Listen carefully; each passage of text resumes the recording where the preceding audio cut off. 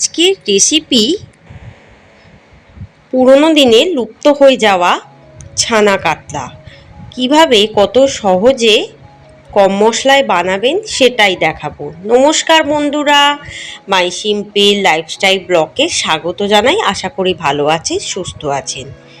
এই রেসিপিটি প্রায় লুপ্তই হয়ে গেছে, কিন্তু আপনারা বাড়িতে যে কোনো দিন বা অনুষ্ঠানে যদি ঝোল ঝাল কাতলা মাছের একঘেয়ে রেসিপি না বানিয়ে এই রেসিপিটা বানান, তাহলে এই রেসিপির জনপ্রিয়তাও বাড়বে, খেতেও দারুণ টেস্ট হবে আর দারুণ স্বাদও হবে, একঘেয়েমি কাটবে। দেখে নিন রেসিপিটি। এখানে বড় বড় সাইজের কাতলা মাছের পেটি নিয়ে নিয়েছি। প্রথমে ম্যারিনেশনের জন্য 1 চামচ হলুদ গুঁড়ো দিয়ে দিলাম আর পরিমাণ মতো নুন দিয়ে ভালোভাবে মাছটিকে ম্যারিনেট করে রাখবো। হলুদটা ভালোভাবে মাছের গায়ে মাখিয়ে প্রায় 1 ঘন্টা মতো রেখে দেবো। জলটা বেরিয়ে গেলে মাছটা ভালো ভাজা হবে, ভাঙবেও না। 1 ঘন্টা পর কড়াই দিয়ে দেবো 3 টেবিল চামচ সাদা তেল। এই রান্নাটা সাদা তেলেই হবে। কিছু মশলা আমি করে নেবো। তেল গরম হতে হতে দিয়ে দেবো 10 কোয়া মতো রসুন, একটা বড় পেঁয়াজ বাটার সুবিধার্থে কেটে নিয়েছি, 5-6টা কাঁচা পাকা লঙ্কা আর 2টো টমেটো,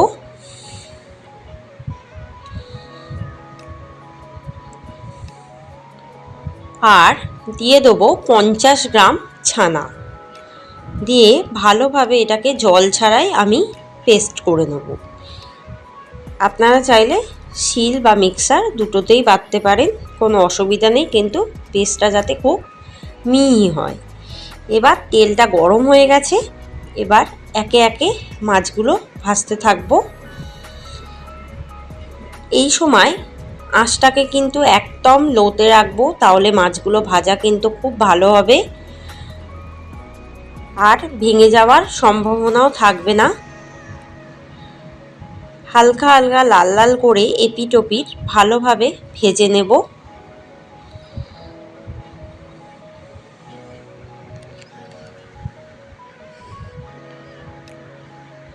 মশলাটা বাটা আমার হয়ে গেছে, এভাবেই কিন্তু বেটে নিতে হবে। মাছগুলোর এক পিঠ কিন্তু ভাজা হয়ে গেছে, এবার আস্তে আস্তে কিন্তু অপর পিঠ উল্টে দেবো। একদম লো টু মিডিয়ামে রাখলে মাছগুলো কিন্তু ভালোভাবে ভাজা হবে আর তেল ছিটকাবেও কম, কারণ খুব তেলযুক্ত কাতলা মাছ। এই তেলযুক্ত কাতলা মাছেই কিন্তু এই রেসিপিটা হবে।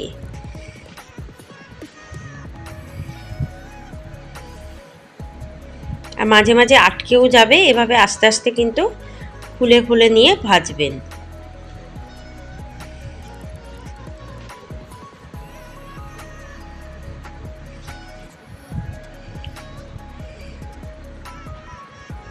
মাছগুলো প্রায় লাল লাল করে ভাজা হয়ে গেছে, দেখিয়েও দিলাম আপনাদের। এবার একটি পাত্রে আমি তুলে রাখবো।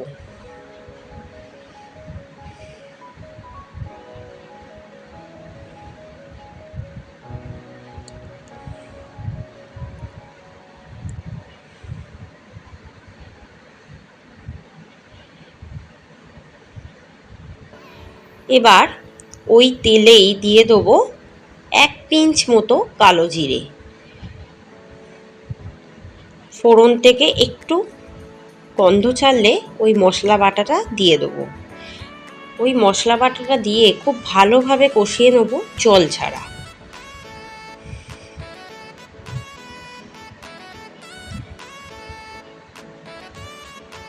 এই মশলা যত কষানো হবে তত রসুন এর গন্ধটা চলে যাবে আর কাঁচা মশলার গন্ধও চলে যাবে। তার মধ্যে 1 চামচ হলুদ গুঁড়োও দিয়ে দেবো, দিয়ে ভালোভাবে কষিয়ে নেব। যাতে কোনো রকম কাঁচা মশলার গন্ধ না থাকে, তাই জন্য ভালোভাবে কষিয়ে নিচ্ছি। দিয়ে দেবো পরিমাণ মতো নুন।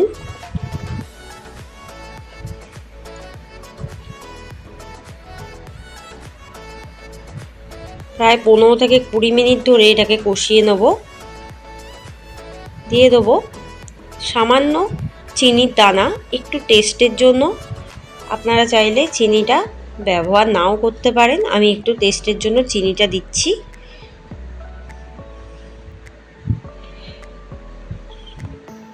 এবার দিয়ে দেবো হাফ চামচ গরম মশলার গুঁড়ো। কষানোর সময় দেখুন প্রায় কষানো হয়ে গেছে, তেলও ছেড়ে দিয়েছে, মশলাগুলো কড়ার গায়ে আটকেও যাচ্ছে, তার মানে কিন্তু কষানো প্রায় হয়ে গেছে। এবার যে পাত্রে মশলা করেছিলাম সেই পাত্রে 1 কাপ জল দিলাম।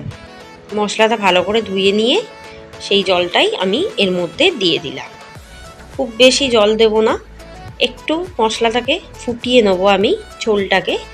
তারপর কিন্তু মাছগুলো একটা একটা করে দিয়ে দেবো এর মধ্যে।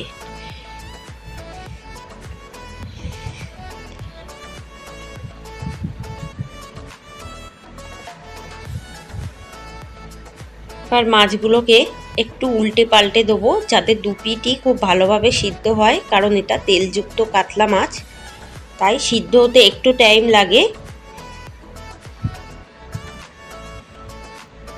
একটু বড় সাইজের কাতলা মাছের এই রেসিপিটা খুব ভালো লাগবে।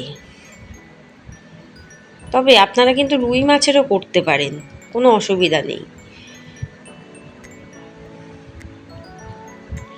ভালোভাবে গ্রেভিটাকে শুকিয়ে নেব, একটু মাখা মাখা করে নেব।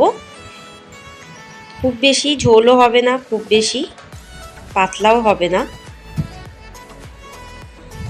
আঁচটাকে লো টু মিডিয়ামে রাখবো।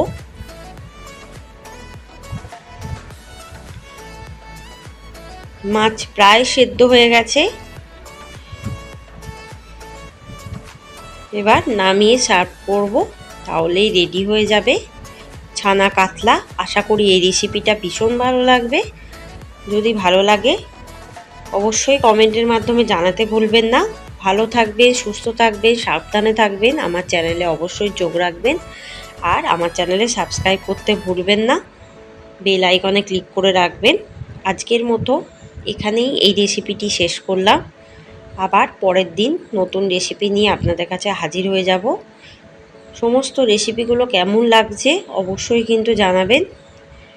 ভালো থাকবেন, ধন্যবাদ।